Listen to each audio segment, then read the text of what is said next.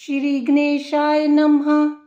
वक्रतुंड महाकाय सूर्यकोटि समप्रभा निर्विघ्नं कुरु मे देव सर्वकार्येषु सर्वदा। जय माँ अम्बे।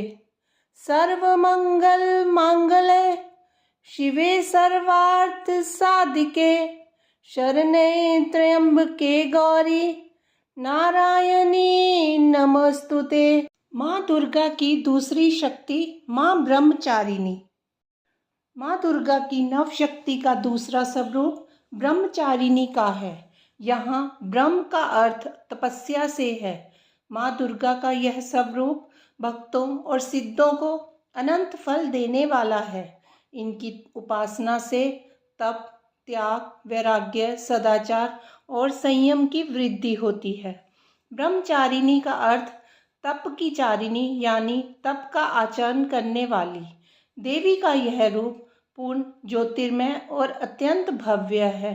इस देवी के दाएं हाथ में जप की माला है और बाएं हाथ में ये कमंडल धारण किए हैं।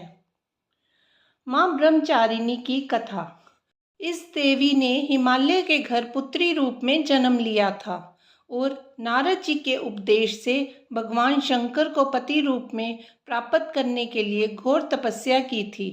इस कठिन तपस्या के कारण इन्हें तपश्चारिणी अर्थात ब्रह्मचारिणी नाम से अभिहित किया गया। 1000 वर्ष तक इन्होंने केवल फल फूल खाकर बिताए और 100 वर्षों तक केवल जमीन पर रहकर शाक पर निर्वाह किया। कुछ दिनों तक कठिन उपवास रखे और खुले आकाश के नीचे वर्षा और धूप के घोर कष्ट सहे। 3000 वर्षों तक टूटे हुए बिल्व पत्र खाए और भगवान शंकर की आराधना करती रहीं। इसके बाद तो उन्होंने सूखे बिल्व पत्र खाना भी छोड़ दिया। कई हजार वर्षों तक निर्जल और निराहार रहकर तपस्या करती रहीं। पत्तों को खाना छोड़ देने के कारण इनका नाम अपर्णा पड़ गया। कठिन तपस्या के कारण देवी का शरीर एकदम क्षीण हो गया। देवता, ऋषि, सिद्धगण, मुनि सभी ने ब्रह्मचारिणी की तपस्या को अभूतपूर्व पुण्य कृत्य बताया, सराहना की और कहा, हे देवी, आज तक किसी ने इस तरह की कठोर तपस्या नहीं की। यह तुम्ही से ही संभव थी। तुम्हारी मनोकामना परिपूर्ण होगी और भगवान चंद्रमौली शिव जी तुम्हें पति रूप में प्राप्त होंगे। अब तपस्या छोड़कर घर लौट जाओ। जल्द ही तुम्हारे पिता तुम्हें बुलाने आ रहे हैं। ब्रह्मचारिणी देवी की कथा का सार यह है कि जीवन के कठिन संघर्षों में भी मन विचलित नहीं होना चाहिए। माँ ब्रह्मचारिणी देवी की कृपा से सर्व सिद्धि प्राप्त होती है। दुर्गा पूजा के दूसरे दिन देवी के इसी स्वरूप की उपासना की जाती है। माता वैष्णो देवी। माता वैष्णो देवी जम्मू कश्मीर राज्य में त्रिकूट पर्वत की सुंदर गुफा के भीतर 3 भवन पिंडियों के रूप में विराजमान है। ऐसी मान्यता है कि यहाँ पर सती की एक भुजा गिरी थी। कटरा से लगभग 2 किलोमीटर की दूरी पर हंसाली नामक ग्राम है। कहा जाता है कि लगभग 700 वर्ष पूर्व माता के परम भक्त श्रीधर जी हुए थे, जो इसी ग्राम के निवासी थे। वह नित्य नियम से कन्या पूजन करते थे। संतान न होने के कारण वह दुखी रहा करते थे। श्रीधर जी की सच्ची उपासना और दृढ़ विश्वास देखकर माँ वैष्णो को स्वयं एक दिन कन्या रूप धारण करके आना पड़ा। भक्त जी कन्या पूजन की तैयारी कर रहे थे। छोटी छोटी कन्याएं उपस्थित थी। उन्हीं में जगत माता भी कन्या बनकर आ गईं। नियम के अनुसार पांव धोकर भोजन परोसते समय श्रीधर जी की दृष्टि उस महादिव्य रूप कन्या पर पड़ी। भगत जी विस्मय में डूब गए, क्योंकि ये कन्या उन्होंने कभी देखी ना थी और ना ही उनके गांव की प्रतीत होती थी। अन्य कन्याएं तो दक्षिणा लेने पर चली गईं, पर यह दिव्य रूपा वहीं बैठी रहीं। श्रीधर जी उससे कुछ प्रश्न करने वाले थे कि कन्या रूपी महाशक्ति स्वयं ही बोली, मैं तुम्हारे पास एक काम से आई हूँ। छोटी सी कन्या के मुख से ऐसी विचित्र बात सुनकर भक्त जी हैरान हो गए। कन्या ने कहा, आप अपने गांव में और आसपास में यह संदेशा दे आओ कि कल दोपहर आपका यहाँ महाभंडारे का आयोजन है।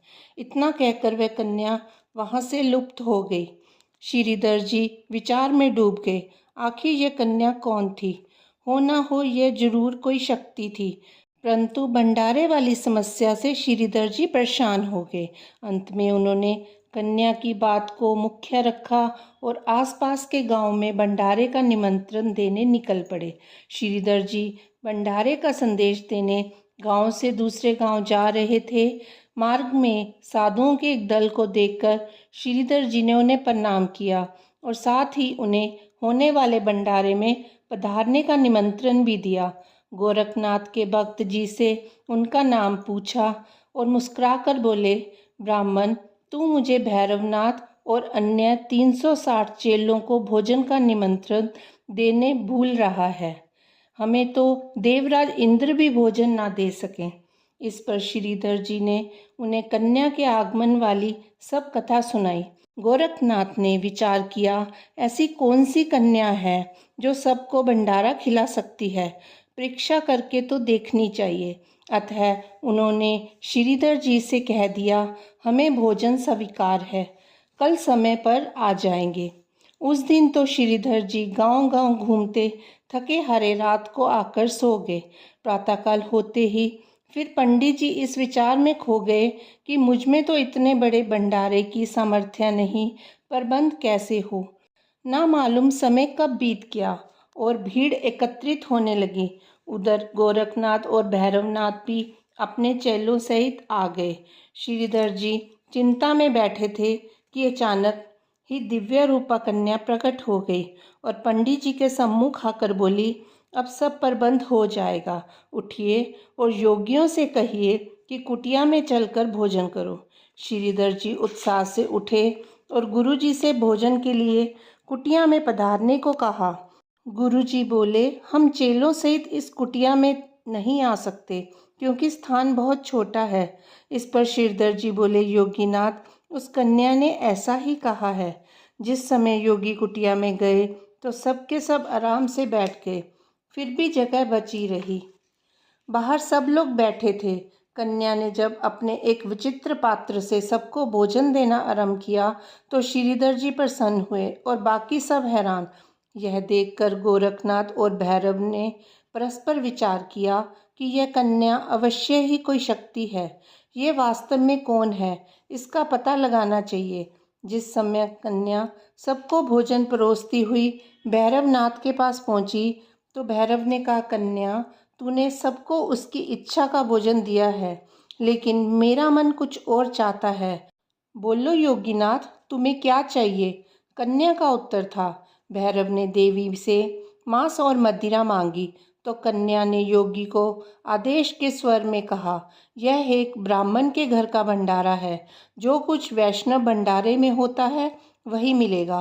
भैरव हट करने लगा क्योंकि उसने तो कन्या की परीक्षा लेनी थी, लेकिन भैरवनाथ के मन की बात तो वैष्णो देवी पहले ही जान चुकी थीं। ज्यों ही भैरव ने क्रोध करके कन्या को पकड़ना चाहा, वह कन्या रूपी महाशक्ति अंतर्ध्यान हो गई। भैरवनाथ ने योग विद्या के बल से देखा कि वह दिव्य कन्या पवन रूप होकर त्रिकूट पर्वत की ओर बढ़ रही है। अतः योगीराज भैरव ने पीछा करना प्रारंभ किया।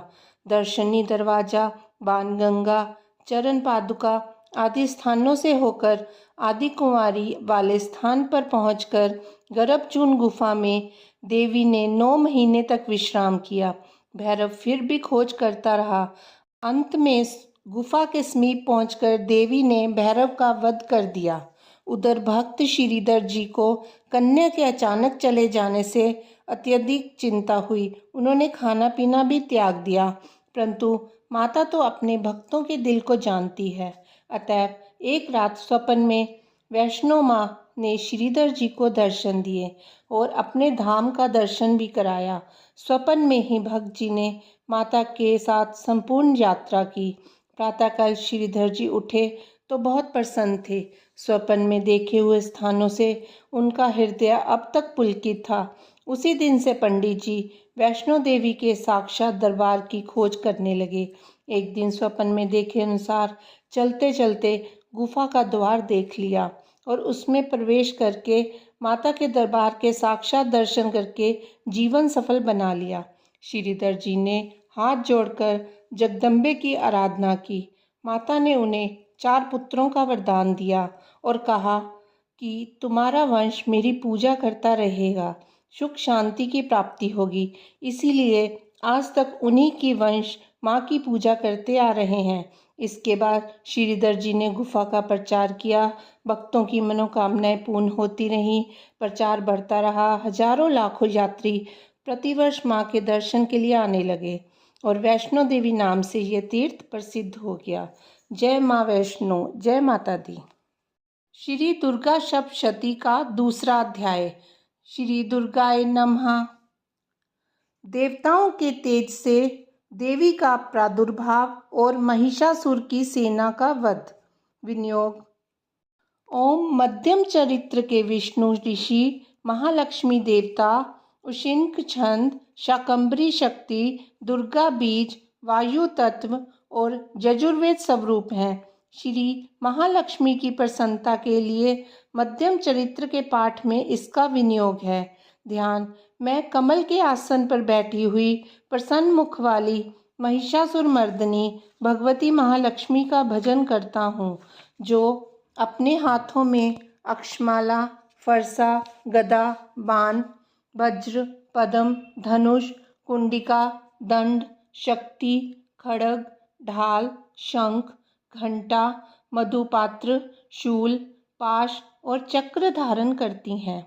ऋषि कहते हैं, पूर्व काल में देवताओं और असुरों में पूरे 100 वर्षों तक घोर संग्राम हुआ था। उसमें असुरों का स्वामी महिषासुर था और देवताओं के नायक इंद्र थे। उस युद्ध में देवताओं की सेना महाबली असुरों से परास्त हो गई। संपूर्ण देवताओं को जीतकर महिषासुर इंद्र बन बैठा। तब पराजित देवता प्रजापति ब्रह्मा जी को आगे करके उस स्थान पर गए जहाँ भगवान शंकर और विष्णु विराजमान थे। देवताओं ने महिषासुर के पराक्रम तथा अपनी पराजय का यथावत वृत्तांत उन दोनों देवेश्वरों से विस्तार पूर्वक कह सुनाया। वे बोले, भगवान महिषासुर सूर्य, इंद्र, अग्नि, वायु, चंद्रमा, यम, वरुण तथा अन्य देवताओं के भी अधिकार छीनकर स्वयं ही सबका अधिष्ठाता बना बैठा है। उस दुरात्मा महिष ने समस्त देवताओं को स्वर्ग से निकाल दिया है। अब वे मनुष्यों की भांति पृथ्वी पर विचरते हैं। दैत्यों की ये सारी करतूत हमने आप लोगों से कह सुनाई। अब हम आपकी ही शरण में आए हैं। उसके वध का कोई उपाय सोचिए। इस प्रकार देवताओं के वचन सुनकर भगवान विष्णु और शिव ने दैत्यों पर बड़ा क्रोध किया। उनकी भौहें तन गई और मुंह टेढ़ा हो गया। तब अत्यंत कोप से भरे हुए चक्रपाणी श्री विष्णु के मुख से एक महान तेज प्रकट हुआ। इसी प्रकार ब्रह्मा, शंकर तथा इंद्र आदि अन्य देवताओं के शरीर से भी बड़ा भारी तेज निकला। ये सब मिलकर एक हो गया। महान तेज का वह पुंज जाज्वल्यमान पर्वत सा जान पड़ा। देवताओं ने देखा, वहाँ उसकी ज्वालाएं संपूर्ण दिशाओं में व्याप्त हो रही थी। संपूर्ण देवताओं के शरीर से प्रकट हुए उस तेज की कहीं तुलना नहीं थी। एकत्रित होने पर वह एक नारी के रूप में परिणत हो गया और अपने प्रकाश से तीनों लोकों में व्याप्त जान पड़ा। भगवान शंकर का जो तेज था, उससे उस देवी का मुख प्रकट हुआ। यमराज के तेज से उसके सिर में बाल निकल आए। श्री विष्णु भगवान के तेज से उसकी भुजाएं उत्पन्न हुई। चंद्रमा के तेज से दोनों स्तनों का और इंद्र के तेज से मध्य भाग कटी प्रदेश का प्रादुर्भाव हुआ। वरुण के तेज से यंगा और पिंडली तथा पृथ्वी के तेज से नितंब भाग प्रकट हुआ। ब्रह्मा के तेज से दोनों चरण और सूर्य के तेज से उनकी उंगलियां हुई। वसुओं के तेज से हाथों की उंगलियां और कुबेर के तेज से नासिका प्रकट हुई। उस देवी के दांत प्रजापति के तेज से और तीनों नेत्र अग्नि के तेज से प्रकट हुए थे। उसकी भौहें संध्या के और कान वायु के तेज से प्रकट हुए। उसकी भौहें संध्या के और कान वायु के तेज से उत्पन्न हुए थे। इसी प्रकार देवताओं के तेज से भी उस कल्याणमयी देवी का आविर्भाव हुआ। तदनंतर समस्त देवताओं के तेज पुंज से प्रकट हुई देवी को देखकर महिषासुर के सताए हुए देवता बहुत प्रसन्न हुए। पिनाकधारी भगवान शंकर ने अपने शूल से एक शूल निकालकर उन्हें दिया। फिर भगवान विष्णु ने भी अपने चक्र से चक्र उत्पन्न करके भगवती को अर्पण किया। वरुण ने भी शंख भेंट किया। अग्नि ने उन्हें शक्ति दी और वायु ने धनुष तथा बाण से भरे हुए 2 तरकस प्रदान किए। सहस्र नेत्रों वाले देवराज इंद्र ने अपने वज्र से वज्र उत्पन्न करके दिया और ऐरावत हाथी से उतारकर 1 घंटा भी उन्हें प्रदान किया। यमराज ने कालदंड से दंड, वरुण ने पाश, प्रजापति ने स्फटिकाक्ष की माला तथा ब्रह्मा जी ने कमंडलू भेंट किया। सूर्य ने देवी के समस्त रोमकूपों में अपनी किरणों का तेज भर दिया। काल ने उन्हें चमकती हुई ढाल और तलवार दी। क्षीर समुद्र ने उज्ज्वल हार तथा कभी जीर्ण न होने वाले 2 दिव्य वस्त्र भेंट किए। साथ ही उन्होंने दिव्य चूड़ामणि, 2 कुंडल, कड़े, उज्ज्वल अर्धचंद्र, सब बाहुओं के लिए केयूर, दोनों चरणों के लिए निर्मल नुपुर, गले की सुंदर हंसली और सब अंगुलियों में पहनने के लिए रत्नों की बनी अंगूठियां भी दी। विश्वकर्मा ने उन्हें अत्यंत निर्मल फरसा भेंट किया। साथ ही अनेक प्रकार के अस्त्र और अभेद कवच दिए। इनके सिवा मस्तक और वक्षस्थल पर धारण करने के लिए कभी ना कुम्हलाने वाले कमलों की मालाएं दी। जल्दी ने उन्हें सुंदर कमल का फूल भेंट किया। हिमालय ने सवारी के लिए सिंह तथा भांति भांति के रत्न समर्पित किए। धनाध्यक्ष कुबेर ने मधु से भरा पान पात्र दिया तथा संपूर्ण नागों के राजा शेष ने, जो इस पृथ्वी को धारण करते हैं, उन्हें बहुमूल्य मणियों से विभूषित नागहार भेंट किया। इसी प्रकार अन्य देवताओं ने भी आभूषण और अस्त्र शस्त्र देकर देवी का सम्मान किया। तत्पश्चात उन्होंने बारंबार अट्टहास पूर्वक उच्च स्वर में गर्जना की। उनके भयंकर नाद से संपूर्ण आकाश गूंज उठा। देवी का वह अत्यंत उच्च स्वर से किया हुआ सिंहनाद कहीं समा न सका। आकाश उसके सामने लघु प्रतीत होने लगा। उससे बड़े जोर की प्रतिध्वनि हुई, जिससे संपूर्ण विश्व में हलचल मच गई और समुद्र कांप उठे, पृथ्वी डोलने लगी और समस्त पर्वत हिलने लगे। उस समय देवताओं ने अत्यंत प्रसन्नता के साथ सिंहवाहिनी भवानी से कहा, देवी तुम्हारी जय हो। साथ ही महर्षियों ने भक्तिभाव से विनम्र होकर उनका स्तवन किया। संपूर्ण त्रिलोकी को क्षोभग्रस्त देख दैत्यगण अपनी समस्त सेना को कवच आदि से सुसज्जित कर हाथों में हथियार ले सहसा उठकर खड़े हो गए। उस समय महिषासुर ने बड़े क्रोध में आकर कहा, ये क्या हो रहा है। फिर वह संपूर्ण असुरों से घिरकर उस सिंहनाद की ओर लक्ष्य करके दौड़ा और आगे पहुंचकर उसने देवी को देखा, जो अपनी प्रभा से तीनों लोकों को प्रकाशित कर रही थी। उनके चरणों के भार से पृथ्वी दबी जा रही थी। माथे के मुकुट से आकाश में रेखा सी खींच रही थी तथा वह अपने धनुष की टंकार से 7 पातालों को क्षुब्ध किए देती थी। देवी अपनी हजारों भुजाओं से संपूर्ण दिशाओं को आच्छादित करके खड़ी थी। तदनंतर उनके साथ दैत्यों का युद्ध छिड़ गया।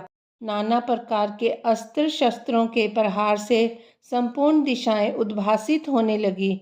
चिक्षुर नामक महान असुर महिषासुर का सेना नायक था। वह देवी के साथ युद्ध करने लगा। अन्य दैत्यों की चतुरंगिनी सेना साथ लेकर चामर भी लड़ने लगा। 60,000 रथियों के साथ आकर उदग्र नामक महादैत्य ने लोहा लिया। 1 करोड़ रथियों को साथ लेकर महाहनु नामक दैत्य युद्ध करने लगा, जिसके रोएं तलवार के समान तीखे थे। वह असिलोमा नाम का महादैत्य 5 करोड़ रथी सैनिकों सहित युद्ध में आ डटा। 60 लाख रथियों से गिरा हुआ बाष्कल नामक दैत्य भी उस युद्ध भूमि में लड़ने लगा। परिवारित नामक राक्षस हाथी सवार और घुड़सवारों के अनेक दलों तथा 1 करोड़ रथियों की सेना लेकर युद्ध करने लगा। बिडाल नामक दैत्य 5 अरब रथियों से घिरकर लोहा लेने लगा। इनके अतिरिक्त और भी हजारों महादैत्य रथ, हाथी और घोड़ों की सेना साथ लेकर वहां देवी के साथ युद्ध करने लगे। स्वयं महिषासुर उस रणभूमि में कोटि कोटि सहस्र रथ, हाथी और घोड़ों की सेना से घिरा हुआ था। वे दैत्य देवी के साथ तोमर, भिंदीपाल, शक्ति, मूसल, खड्ग, परशु और पटिश आदि अस्त्र शस्त्रों का प्रहार करते हुए युद्ध कर रहे थे। कुछ दैत्यों ने उन पर शक्ति का प्रहार किया, कुछ लोगों ने पाश फेंके तथा कुछ दूसरे दैत्यों ने खड़ग प्रहार करके देवी को मार डालने का उद्योग किया। देवी ने भी क्रोध में भरकर खेल खेल में ही अपने अस्त्र शस्त्रों की वर्षा करके दैत्यों के वे समस्त अस्त्र शस्त्र काट डाले।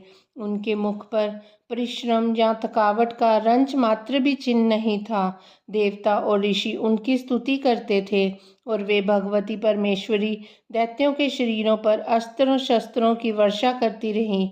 देवी का वाहन सिंह भी क्रोध में भरकर गर्दन के बालों को हिलाता हुआ असुरों की सेना में इस प्रकार विचरने लगा, मानो वनों में दावानल फैल रहा हो। रणभूमि में दैत्यों के साथ युद्ध करती हुई अंबिका देवी ने जितने निश्वास छोड़े, वे भी तत्काल सैकड़ों हजारों गणों के रूप में प्रकट हो गए और परशु, भिंदीपाल, खड्ग तथा पटिश आदि अस्त्रों द्वारा असुरों का सामना करने लगे।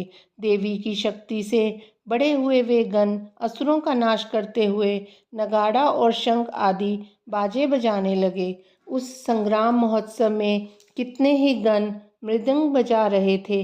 तदनंतर देवी ने त्रिशूल से, गदा से, शक्ति की वर्षा से और खड्ग आदि से सैकड़ों महादैत्यों का संहार कर डाला।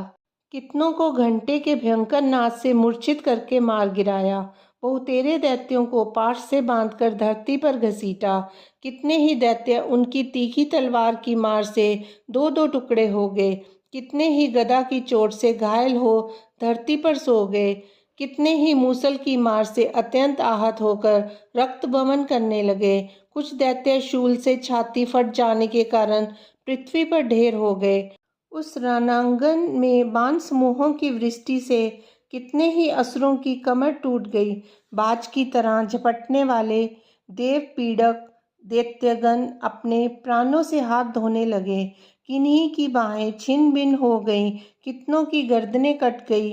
कितने ही दैत्यों के मस्तक कट कट कर गिरने लगे। कुछ लोगों के शरीर मध्य भाग में ही विदीर्ण हो गए। कितने ही महादैत्य जांघें कट जाने से पृथ्वी पर गिर पड़े।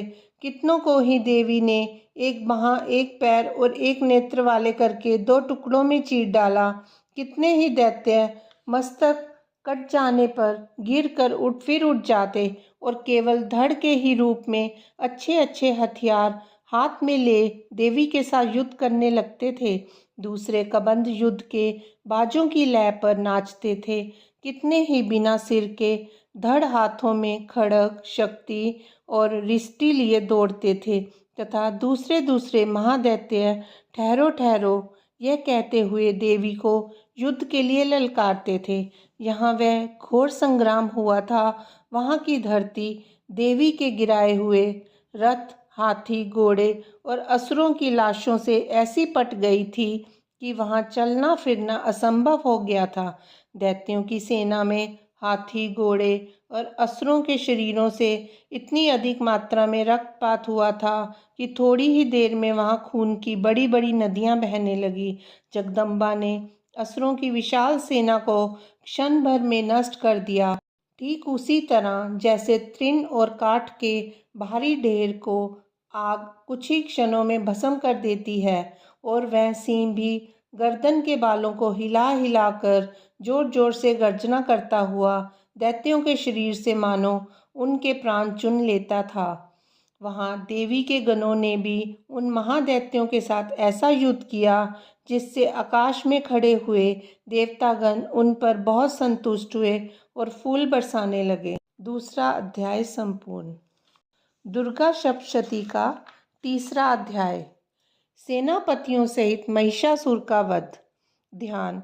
जगदम्बा के श्री अंगों की कांति उदय काल के सहस्रों सूर्यों के समान है। वे लाल रंग की रेशमी साड़ी पहने हुए हैं। उनके गले में मुंडमाला शोभा पा रही है। दोनों स्तनों पर रक्त चंदन का लेप लगा है। वे अपने कर कमलों में जप मालिका, विद्या और अभय तथा वर नामक मुद्राएं धारण किए हुए हैं। तीनों नेत्रों से सुशोभित मुखारविंद की बड़ी शोभा हो रही है। उनके मस्तक पर चंद्रमा के साथ ही रत्नमय मुकुट बंधा है तथा वे कमल के आसन पर विराजमान है। ऐसी देवी को मैं भक्तिपूर्वक प्रणाम करता हूँ। ऋषि कहते हैं, दैत्यों की सेना को इस प्रकार तहस नहस होते देख महादैत्य सेनापति चिक्षुर क्रोध में भरकर अंबिका देवी से युद्ध करने के लिए आगे बढ़ा। वे असुर रणभूमि में देवी के ऊपर इस प्रकार बाणों की वर्षा करने लगा जैसे बादल मेरुगिरी के शिखर पर पानी की धार बरसा रहा हो। तब देवी ने अपने बाणों से उसके बाण समूह को अनायास ही काटकर उसके घोड़ों और सारथी को भी मार डाला। साथ ही उसके धनुष तथा अत्यंत ऊंची ध्वजा को भी तत्काल काट गिराया। धनुष कट जाने पर उसके अंगों को अपने बाणों से बीन डाला। धनुष, रथ, घोड़े और सारथी के नष्ट हो जाने पर वह असुर ढाल और तलवार लेकर देवी की ओर दौड़ा। उसने तीखी धार वाली तलवार से सिंह के मस्तक पर चोट करके देवी की भी बाईं भुजा में बड़े वेग से प्रहार किया। राजन, देवी की वहां पर पहुंचते ही वह तलवार टूट गई। फिर तो क्रोध से लाल आंखें करके उस राक्षस ने शूल हाथ में लिया और उसे उस महादैत्य ने भगवती भद्रकाली के ऊपर चलाया। वह शूल आकाश से गिरते हुए सूर्यमंडल की भांति अपने तेज से प्रज्वलित हो उठा। उस शूल को अपनी ओर आते देख देवी ने भी शूल का प्रहार किया। उससे राक्षस के शूल के सैकड़ों टुकड़े हो गए। साथ ही महादैत्य चिक्षुर की भी धज्जियां उड़ गई। वह प्राणों से हाथ धो बैठा। महिषासुर के सेनापति उस महापराक्रमी चिक्षुर के मारे जाने पर देवताओं को पीड़ा देने वाला चामर हाथी पर चढ़कर आया। उसने भी देवी के ऊपर शक्ति का प्रहार किया, किंतु जगदम्बे ने उसे अपनी हुंकार से ही आहत और निष्प्रभ करके तत्काल पृथ्वी पर गिरा दिया।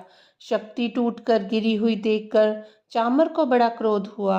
अब उसने शूल चलाया, किंतु देवी ने उसे भी अपने बाणों द्वारा काट डाला। इतने में ही देवी का सिंह उछलकर हाथी के मस्तक पर चढ़ बैठा और उस दैत्य के साथ खूब जोर लगाकर बाहुयुद्ध करने लगा। वे दोनों लड़ते लड़ते हाथी से पृथ्वी पर आ गए और अत्यंत क्रोध में भरकर एक दूसरे पर बड़े भयंकर प्रहार करते हुए लड़ने लगे। तदनंतर सिंह बड़े वेग से आकाश की ओर उछला और उधर से गिरते समय अपने पंजों की मार से चामर का सिर धड़ से अलग कर दिया। इसी प्रकार उदग्र भी शिला और वृक्ष आदि की मार खाकर रणभूमि में देवी के हाथ से मारा गया तथा कराल भी दांतों, मुक्कों और थप्पड़ों की चोट से धाराशायी हो गया। क्रोध में भरी हुई देवी ने गदा की चोट से उद्धत का कचूमर निकाल दिया। भिंदीपाल से वाशकल को तथा बाणों से ताम्र और अंधक को मौत के घाट उतार दिया। 3 नेत्रों वाली परमेश्वरी ने त्रिशूल से उग्रास्य, उग्रवीर्य तथा महाहनु नामक दैत्यों को मार डाला। तलवार की चोट से विडाल के मस्तक को धड़ से काट गिराया। दुर्धर और दुर्मुख इन दोनों को भी अपने बाणों से यमलोक भेज दिया। इस प्रकार अपनी सेना का संहार होता देख महिषासुर ने भैंसे का रूप धारण करके देवी के गणों को त्रास देना आरंभ किया। किन्हीं को थूथन से मारकर, किन्हीं के ऊपर अपने खुरों का प्रहार करके, किन्हीं किन्हीं को पूंछ से चोट पहुंचाकर, कुछ को सींगों से विदीर्ण करके, कुछ गणों को वेग से, किन्हीं को सिंहनाद से, कुछ को चक्कर देकर और कितनों को निश्वास वायु के झोंके से धाराशायी कर दिया। इस प्रकार गणों की सेना को गिराकर वह असुर महादेवी के सिंह को मारने के लिए झपटा। इससे जगदम्बा को बड़ा क्रोध हुआ। उधर महापराक्रमी महिषासुर भी क्रोध में भरकर धरती को खुरों से खोदने लगा तथा अपने सींगों से ऊंचे ऊंचे पर्वतों को उठाकर फेंकने और गरजने लगा। उसके वेग से चक्र देने के कारण पृथ्वी क्षुब्ध होकर फटने लगी। उसकी पूंछ से टकराकर समुद्र सब ओर से धरती को डुबोने लगा। हिलते हुए सींगों के आघात से विदीर्ण होकर बादलों के टुकड़े टुकड़े हो गए और उसके श्वास की प्रचंड वायु के वेग से उड़े हुए सैकड़ों पर्वत आकाश से गिरने लगे। इस प्रकार क्रोध में भरे हुए उस महादैत्य को अपनी ओर आते देख चंडिका ने उसका वध करने के लिए महान क्रोध किया। इस प्रकार क्रोध में भरे हुए उस महादैत्य को अपनी ओर आते देख चंडिका ने उसका वध करने के लिए महान क्रोध किया। उन्होंने पाश फेंककर उस महान असुर को बांध लिया। उस महासंग्राम में बन जाने पर उसने भैंसे का रूप त्याग दिया और तत्काल सिंह के रूप में प्रकट हो गया। उस अवस्था में जगदम्बा ज्यों ही उसका मस्तक काटने के लिए उद्यत हुई, त्यों ही वह खड्गधारी पुरुष के रूप में दिखाई देने लगा। तब देवी ने तुरंत ही बाणों की वर्षा करके ढाल और तलवार के साथ उस पुरुष को भी बीन डाला। इतने में ही वह महान गजराज के रूप में परिणत हो गया तथा अपनी सूंड से देवी के विशाल सिंह को खींचने और गर्जने लगा। खींचते समय देवी ने तलवार से उसकी सूंड काट डाली। तब उस महादैत्य ने पुनः भैंसे का शरीर धारण कर लिया और पहले की ही भांति चराचर प्राणियों सहित तीनों लोकों को व्याकुल करने लगा। तब क्रोध में भरी हुई जगन माता चंडिका बारंबार उत्तम मधु का पान करने और लाल आंखें करके हंसने लगी। उधर वह बल और पराक्रम के मद से उन्मत्त हुआ राक्षस गर्जने लगा और अपने सींगों से चंडी के ऊपर पर्वतों को फेंकने लगा। उस समय देवी अपने बाणों के समूहों से उसके फेंके हुए पर्वतों को चूर्ण करती हुई बोली। बोलते समय उनका मुख मधु के मद से लाल हो रहा था और वाणी लड़खड़ा रही थी। देवी ने कहा, ओ मूढ़, मैं जब तक मधु पीती हूँ तब तक तू क्षण भर के लिए खूब गर्ज ले। मेरे हाथ से यहीं तेरी मृत्यु हो जाने पर अब शीघ्र ही देवता भी गर्जना करेंगे। ऋषि कहते हैं, यूं कहकर देवी उछली और उस महादैत्य के ऊपर चढ़ गई। फिर अपने पैर से उसे दबाकर उन्होंने शूल से उसके कंठ में आघात किया। उनके पैर से दबा होने पर महिषासुर अभी आधे शरीर से ही वह बाहर निकलने पाया था कि देवी ने अपने प्रभाव से उसे रोक दिया। आधा निकला होने पर वह महादैत्य देवी से युद्ध करने लगा। तब देवी ने बहुत बड़ी तलवार से उसका मस्तक काट गिराया। फिर तो हाहाकार करती हुई दैत्यों की सारी सेना भाग गई तथा संपूर्ण देवता अत्यंत प्रसन्न हो गए। देवताओं ने दिव्या महर्षियों के साथ दुर्गा देवी का स्तवन किया। गंधर्वराज गाने लगे तथा अप्सराएं नृत्य करने लगी। तीसरा अध्याय संपूर्ण हुआ। माँ ब्रह्मचारिणी की आरती। जय अम्बे ब्रह्मचारिणी माता, जय चतुरानन प्रिय सुखदाता। ब्रह्मा जी के मन भाती हो, ज्ञान सभी को सिखलाती हो। ब्रह्मा मंत्र है जाप तुम्हारा, जिसको जपे सकल संसारा। जय गायत्री वेद की माता, जो मन निस दिन तुम्हें दे आता। कमी कोई रहने ना पाए, कोई भी दुख सहने ना पाए। उसकी वृत्ति रहे ठिकाने, जो तेरी महिमा को जाने। रुद्राक्ष की माला लेकर जपे जो मंत्र श्रद्धा देकर, आलस छोड़ करे गुण गाना, माँ तुम उसको सुख पहुँचाना। ब्रह्मचारिणी तेरो नाम, पूरन करो सब मेरे काम। भक्त तेरे चरणों का पुजारी, रखना लाज मेरी महतारी। जय माता दी, जय माँ अम्बे। शारदीय नवरात्रि के दूसरे दिन की आप सभी को हार्दिक शुभकामनाएं। माता रानी आप सब पर अपना आशीर्वाद हमेशा बनाए रखे। जय माता दी।